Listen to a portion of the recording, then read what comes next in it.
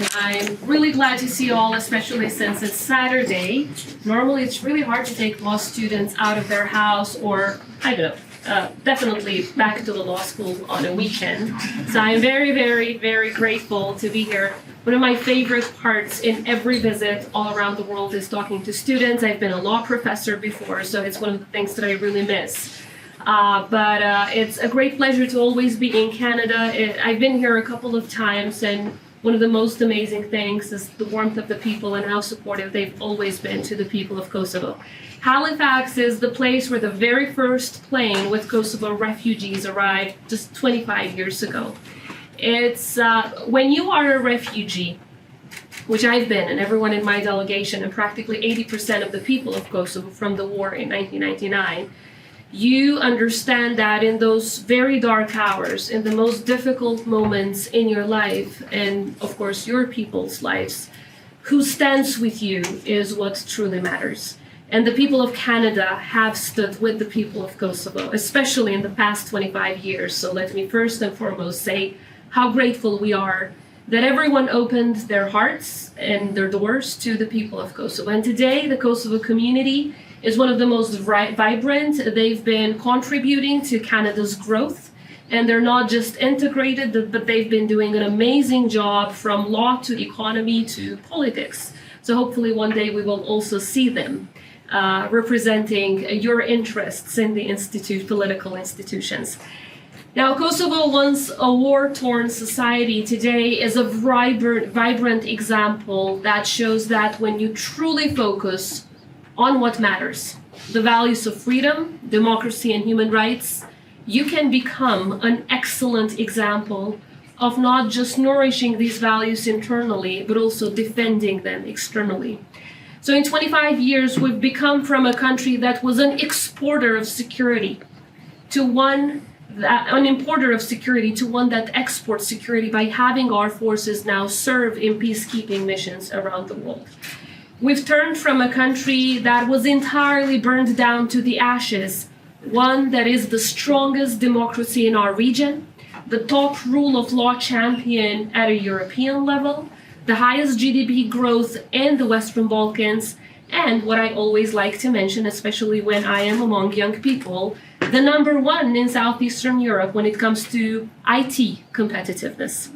We have the youngest population in Europe, which in the aging continent is quite an asset. It's actually our most important asset. Tech-savvy, multilingual, well-educated, who are ready to contribute not just to Kosovo's growth and economy, but also contribute to the entire continent and beyond. Now, of course, it's been a long path to get there. Kosovo's political and legal challenges have been immense, to name a few. But today, Kosovo's independence is recognized by 117 nations around the world. We're a member of tens of international organizations where we represent Kosovo's interests and work with allies and partners to defend peace and security and push forward joint values. And at the same time, we contribute to regional and international initiatives. Kosovo has been the first country in our region to adopt sanctions against Russia after the invasion of Ukraine, and it has a foreign and defense policy that is at a 100% rate of alignment with the European Union and other partners such as the United States and Canada. So while other countries in our region align their foreign policy, many, not all in our region, but many in our region align their foreign policy only with the European Union, for Kosovo, aligning it with countries like the US and Canada as well as the UK, which is outside the European Union, has been key. Now, we strongly believe that one of our most important strengths is our partnerships. Because no matter how big or small you are as a country, common challenges cannot be faced alone. And I think Kosovo is an example of that. When you go out of law school or political sciences, and no matter where you engage, you will understand that in dealing with these challenges, it truly matters who stands with you. Now, the Russian invasion of Ukraine has been a great challenge for security in our continent, because the intention is not just to take away Ukrainian territory.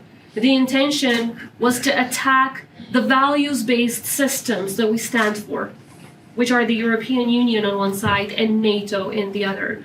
Now, it was exactly these values-based systems that actually brought peace and stability to our region for the very first time in the existence history of our region.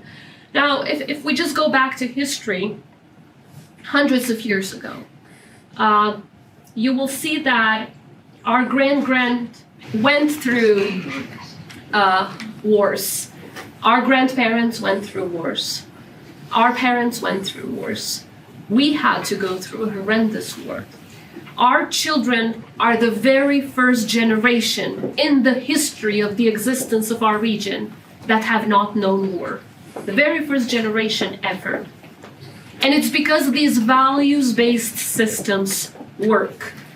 So at a time when Russian propaganda is trying to push forward the narrative that NATO is a failure, that countries like the US and Canada always fail, we show them the example of Kosovo.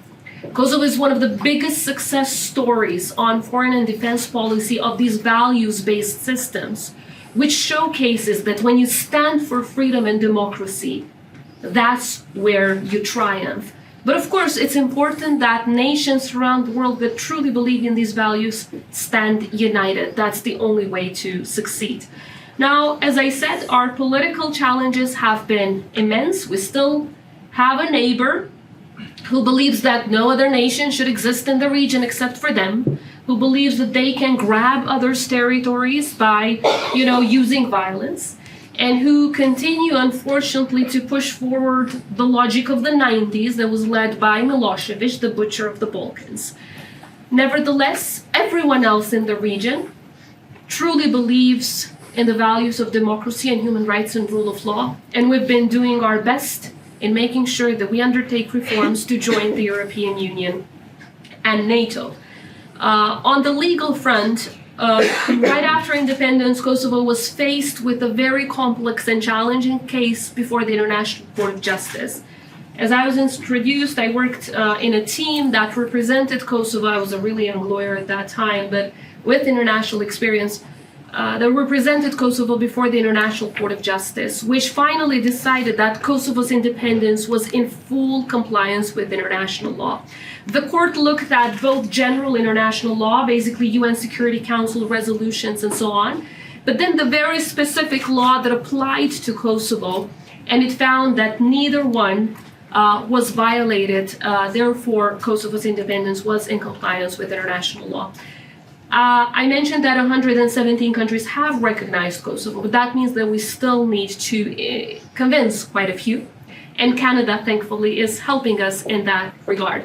What we point out is that Kosovo's recognition of independence has only contributed to peace and stability in our region. In fact, it was the last piece of the puzzle in former Yugoslavia that was necessary in order to close down a bloody chapter of wars and bring about prosperity and stability in a region that had only known wars. And secondly, no one has ever lost anything by recognizing Kosovo. Quite the opposite, you've gained a friend, a partner, and an ally that you can rely on.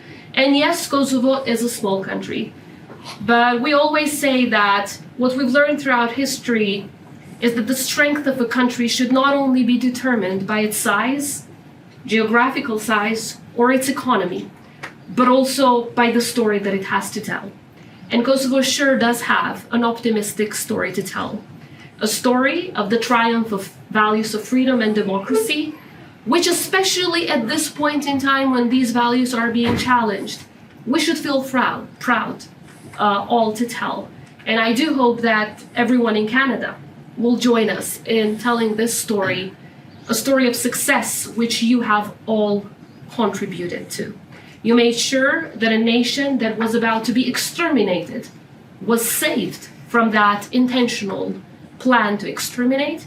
You've made sure that a country became free for the very first time after hundreds of years of occupation to now become a contributor to peace and stability around the world. And that's quite a big contribution for peace in the world. So thank you for that. And of course, I welcome questions and I look forward to our discussion. Here today, so I just want to acknowledge that as well.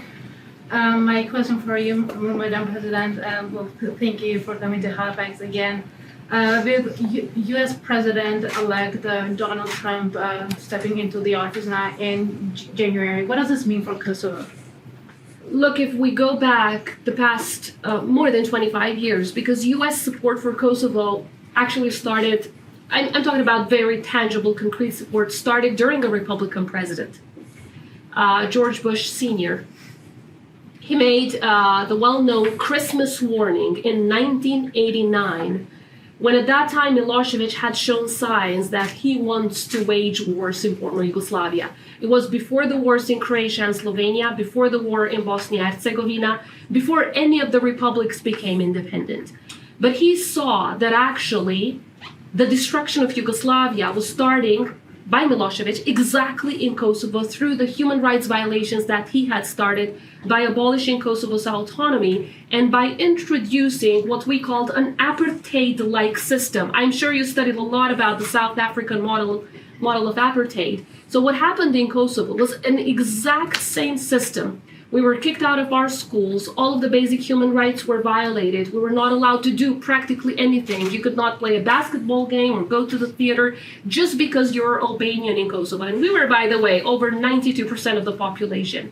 So we had a small minority introduce an apartheid-like system through legislation, practically kicking our parents out of their jobs and blocking us from participating in the system of human rights and fundamental freedoms that existed in the Constitution. And that's when a Republican president issued the Christmas warning that Kosovo would be the red line that America would not allow to be crossed.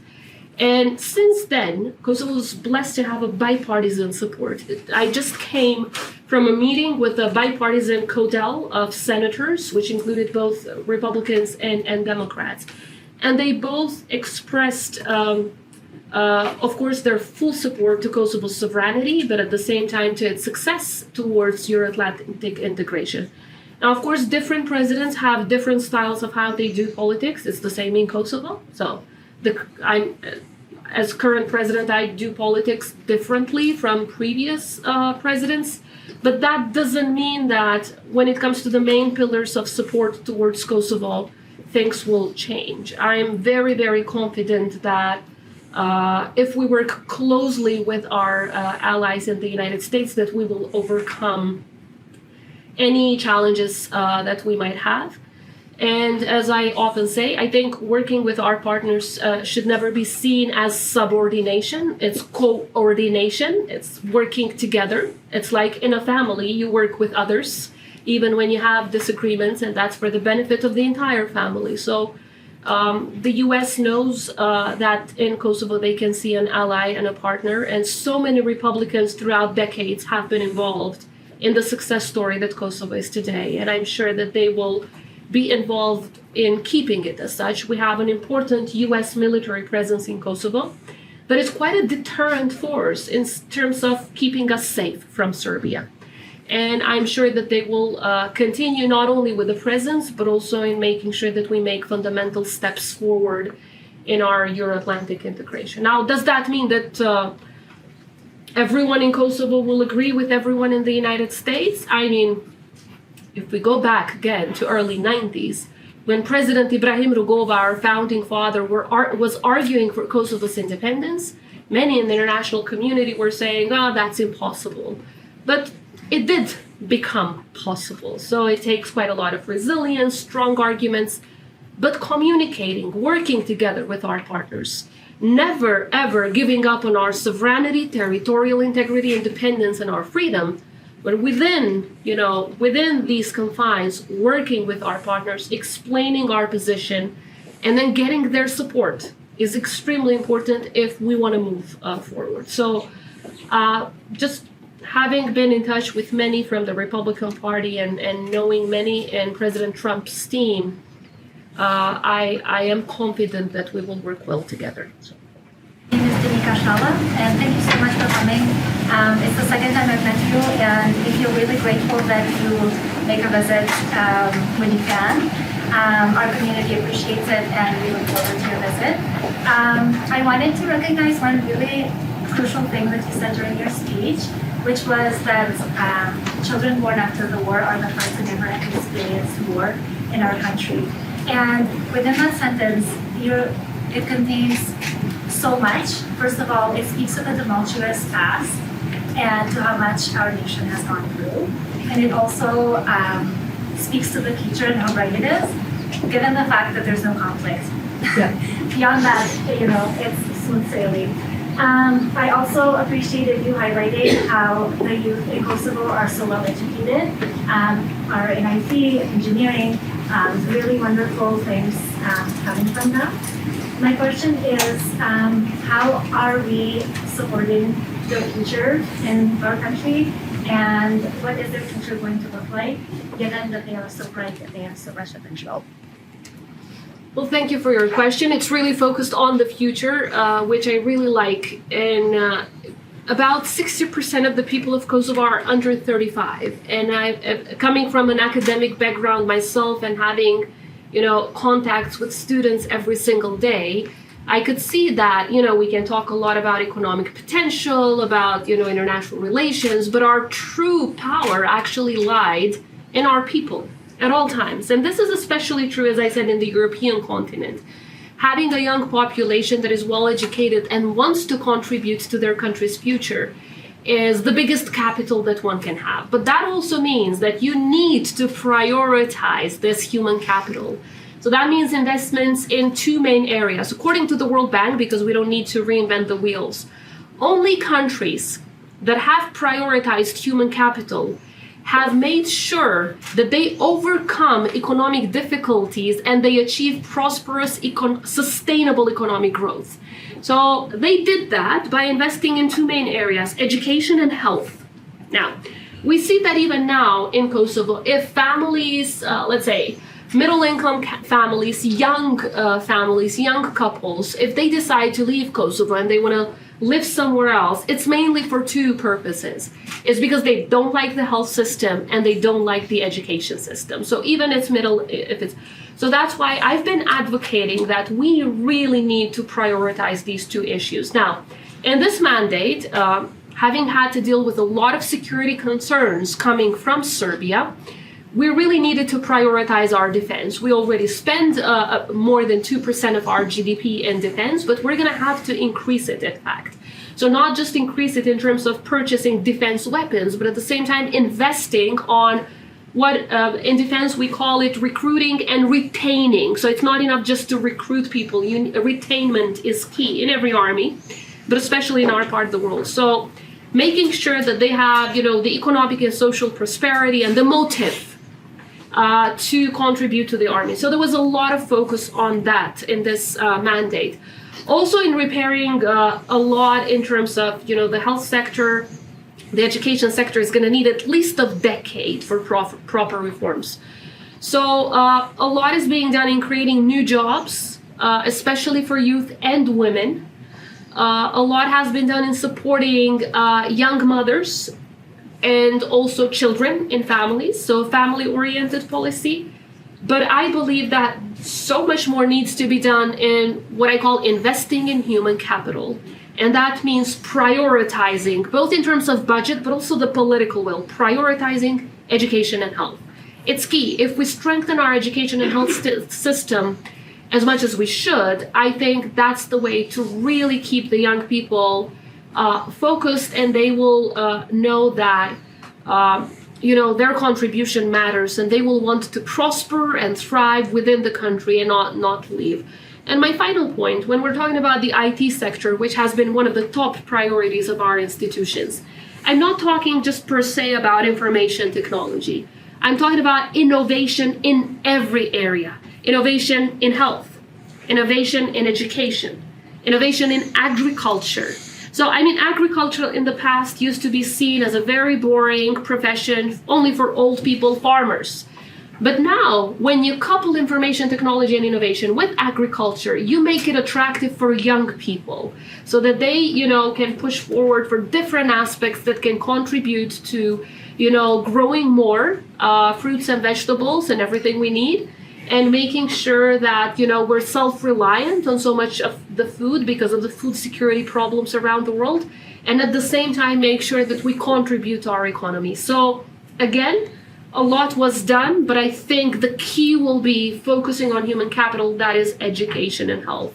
And we're still, there's still an important job to be done in that aspect, but nothing changes overnight. So it's important to continue working hard. I certainly appreciate the magnitude of the external geopolitical challenges that Kosovo has faced and continues to face. But I have a question about a potential internal challenge, and specifically whether Kosovo faces any challenge arising from democratic backsliding that has swept so much of Central and Eastern Europe, and what the country is doing to make sure the strength of its democracy holds up in the future.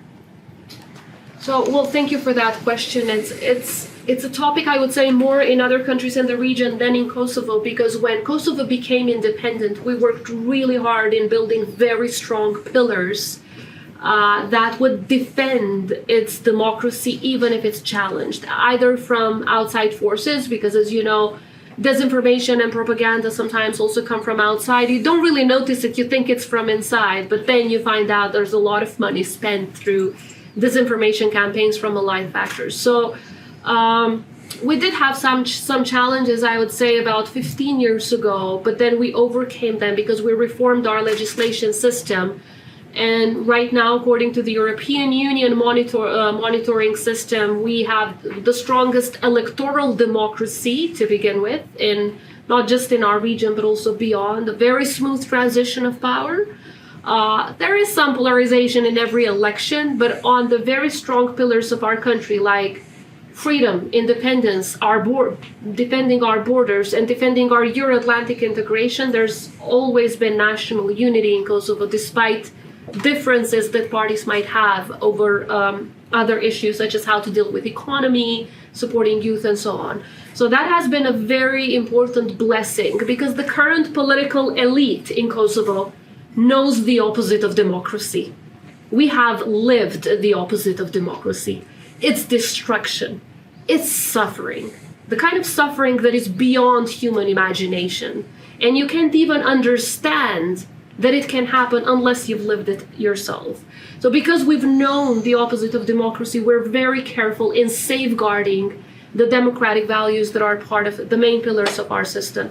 There are tendencies here and there, perhaps, clashes of power and so on, but we've built a tradition of, so many of our cases of conflicts of powers and so on end up in the Constitutional Court of Kosovo. We don't always agree with their decisions, but it's an institution. We've built a tradition of always fully respecting and implementing the decisions of the Constitutional Court. And we have, a very strong separation of powers principle and checks and balances principle, which means that if one institution fails to safeguard the democratic principles, then another can act. So any of my decisions can be taken to the Constitutional Court to check whether they are in line with the Constitution. Any of the decisions of the government can be taken by me as president to the Constitutional Court if I believe that they are not in line with the Constitution. And then the Parliament can take the decisions of both the president and so it's a system of checks and balances that has helped us maintain these values. I wouldn't say that we're backsliding, quite the opposite. Kosovo, according to international indices, has made quite great strides forward in developing and defending democracy in the past couple of years, defending human rights and fundamental freedoms, as well as rule of law, which has been the key component of the past 4 years. It feels like these days international humanitarian law is not doing so well with both great powers and countries supported by great powers flagrantly violating IHL. What do you feel is the current state of IHL, and do you see any points of hope for the future? I would agree with you that, look, If someone would have asked me in 1999, after we were freed, because the world did not turn a blind eye to our suffering and to the violations of international humanitarian law. So we went as refugees, we came back to our country. It was all down to the ashes, but we rose from the ashes and we rebuilt our life. And it seemed easy because finally we were free.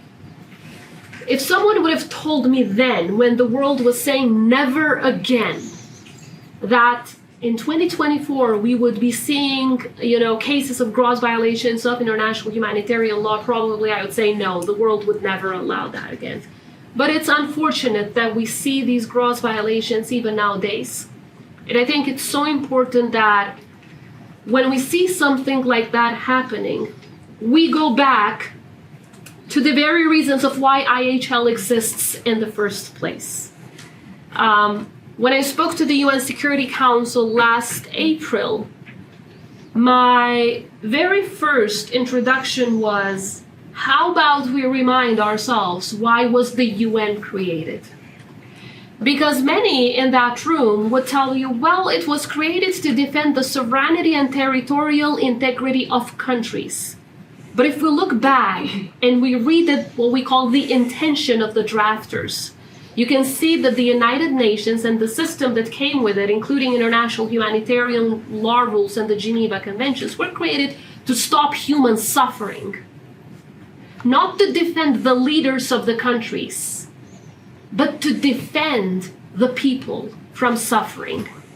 And the system of independent and sovereign countries with their territorial integrity was to create it in order to stop human suffering, not the other way around. And as one of my favorite authors of international law said, Judge Trinidad of Brazil, territories exist for the people and not vice versa. So I think way too often, countries around the world that have the decision-making power in these international organizations, where we as Kosovo, unfortunately, we do not have a vote or a voice in many of them, forget about this key principle that these international organizations and the system was first and foremost created to defend human life. And then other kind of, state principles. So it is unfortunate that it's a very difficult situation around the world, and those who suffer most, as in every war, are civilians. And to be more concrete, those who suffer more are children. I was a child of war. Children never start a war, and they can never end it because it's not in their hands. But I think in the decision-making process of every leader, they should be the focus because they suffer most. And what happened in Kosovo shows that the pains of war are intergenerational. Even the generation that did not go through a war, they are affected. They are affected in one way or another. So yes, it's not the situation that we hoped would be if you would have asked us 25 years ago, but that doesn't mean that we shouldn't all strive to do more to make sure that the principles of international humanitarian law that focus on human rights and dignity, the human dignity, that they should not be upheld. We should all do our utmost to give a positive contribution in that regard. Sorry for the long answer, but I thought... Madam President, what worries you most about countries like Canada failing to meet their 2% GDP spending, and what implications do you think there might be for countries such as Kosovo or others in the region? So I think the contribution of a country to global peace and security should be seen beyond the 2% expenditure. It's more than just budget. It's about how focused and how committed you are to defending peace and security also beyond your borders. And I think Canada has proven that, especially with Kosovo. Thousands of Canadian soldiers have contributed to maintaining peace and security in Kosovo, and in turn in the entire European continent.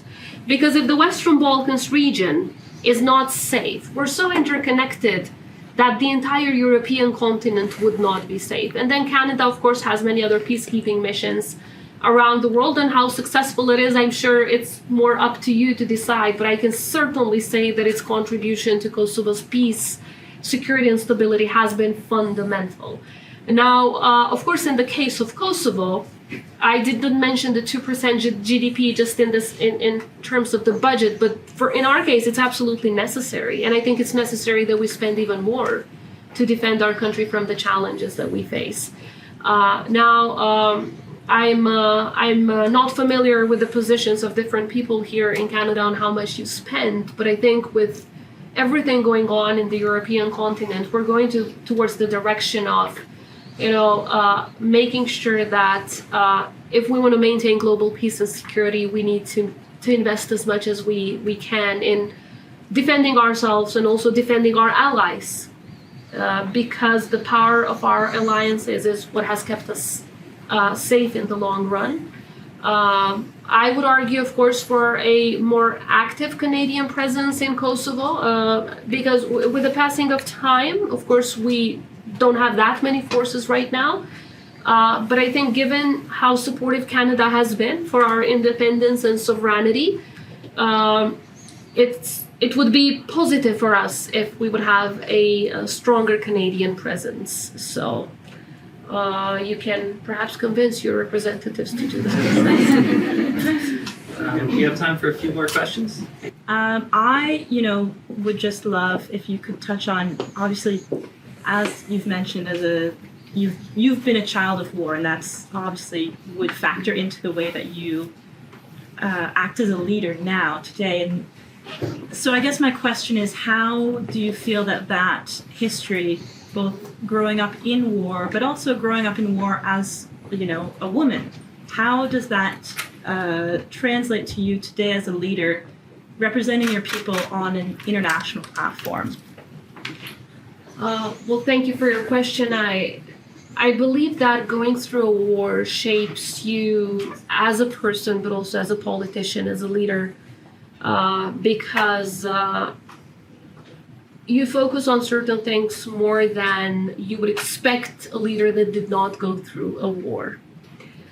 Just let me give you an example. About 20,000 women were raped in Kosovo as a tool. It was used by the Milosevic forces as a tool of war. Many of these women were raped in front of their children, again, because the intention was to cause intergenerational harm. Which means, because I know that, one of the top priorities of my presidency has been supporting survivors of sexual violence during the war. It's one of the most horrendous crimes that one can think of, because it's especially in certain societies, unfortunately, it was seen as a stigma. So these women suffered twice because of the crime that was committed by them, but also because of the stigma that was created after the war against them. So as a society, we fought that stigma a lot, and now we don't have that problem any longer, but it's been a very, very painful thing for so many of the survivors. And there hasn't been one case of justice, because those who committed the crimes, they are fugitives in Serbia, defended by Serbia. So no justice. Yet they became survivors who thrive. So how did that affect my leadership? I appointed a presidential special envoy on sexual violence during the war. She is a survivor herself, and she travels around the world supporting survivors in countries like Ukraine, the Middle East. She goes to Africa. She goes and supports them in building a resilient system of support for victims, because we've built a very strong support system for the survivors of sexual violence. She helps them speak up, fight for justice. And I also have a special envoy on transitional justice, who is also a survivor. And she was raped in front of her two daughters, who were 3 and 5 at that moment. But she goes around the world and she helps other survivors. She has an incredibly sad story, but she managed to turn her pain into strength. And when she talks to survivors who just went through that horror, and she tells them about their story, it gives them hope. It gives them hope that they will manage to become survivors who thrive as well. And secondly, of course, when you go through a war, you always not just go through a war, because we didn't just go through a war. Our lives were saved by democracies like Canada. I'm not oversimplifying. It's true. When that has happened, you want to give back. So practically, your leadership is also expressed by offering a helping hand to people around the world who need a helping hand right now. And you don't look away if they need that helping hand. Again, we are a small country, but we try to help as much as we can. And my final point, so I represent Kosovo on the international stage, and I participate in international summits alongside leaders from all around the world, including leaders from Canada. So of course, when I speak, I can't really talk about a lot of financial support or weapons support to other countries because we don't have a lot. We share what we can, but we don't have a lot even within Kosovo. But we share what we call the human dimension. Because what I say, let's say, when I talk to the president of Ukraine, I say as much as it is important to rebuild the destroyed buildings, it's going to be important to rebuild spirits and to rebuild the life of the people. So building a support system for people that went through hell is the kind of experience that Kosovo has had. And I think that's the kind of experience that we can share. How do you build support systems for survivors? How do you build support systems for the families of the missing persons? We still have thousands of families whose children are missing from the war. How do you build a support system for the veterans? So these are all categories that have suffered a lot during the war and will need the support of the country after the war. So that's the kind of experience that we can share, because for us it's both personal, but it's because we learned a lot throughout the way. Madam President, as you indicated, Kosovo's 2024 military budget was just under 2% of national GDP. And given the instability in the region, other nations have began implementing the mandatory military service. Do you think Kosovo should consider mandatory military service in order to facilitate the development of its security forces? I've been advocating for a system that Norway has right now. According to that system, everyone has to, go to the army and offer their services for the mandatory service. But then based on the tests that they go through, the army then picks who are the best. So not practically everyone. Everyone has to go, but then not everyone serves. I think in the current system that Kosovo has, both financially, but also because we haven't built all of our operational capacities. It's a transition system of our army that we're going through. For the moment, that is what would fit Kosovo. So practically once you achieve a certain age, it's mandatory for you to go through that evaluation process, but then the state after that evaluation decides who stays and who can move on to a different profession. Because in this way, you don't just retain numbers, but also retain quality. And in the case of Norway, another country that has a crazy neighbor, and a lot of problems and a lot of challenges and provocations at their border, it has really worked. They have a very strong system. And I'm only talking about this 10-year period. It doesn't mean that after 10 years we shouldn't do more, but I think that would really fit. Now, we take every step in our transition period of our army in compliance with NATO standards, so we work very closely with NATO in this regard. Now NATO takes unanimous decisions. That complicates it a lot because not everyone in NATO likes Kosovo very much.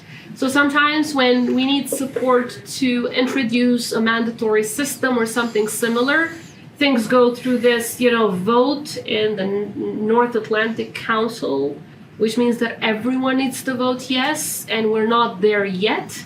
So it's also a highly politically complex problem for us, not just, I wouldn't say it's just a national decision, because we still need the support of NATO. It's a national decision that needs to gain international support.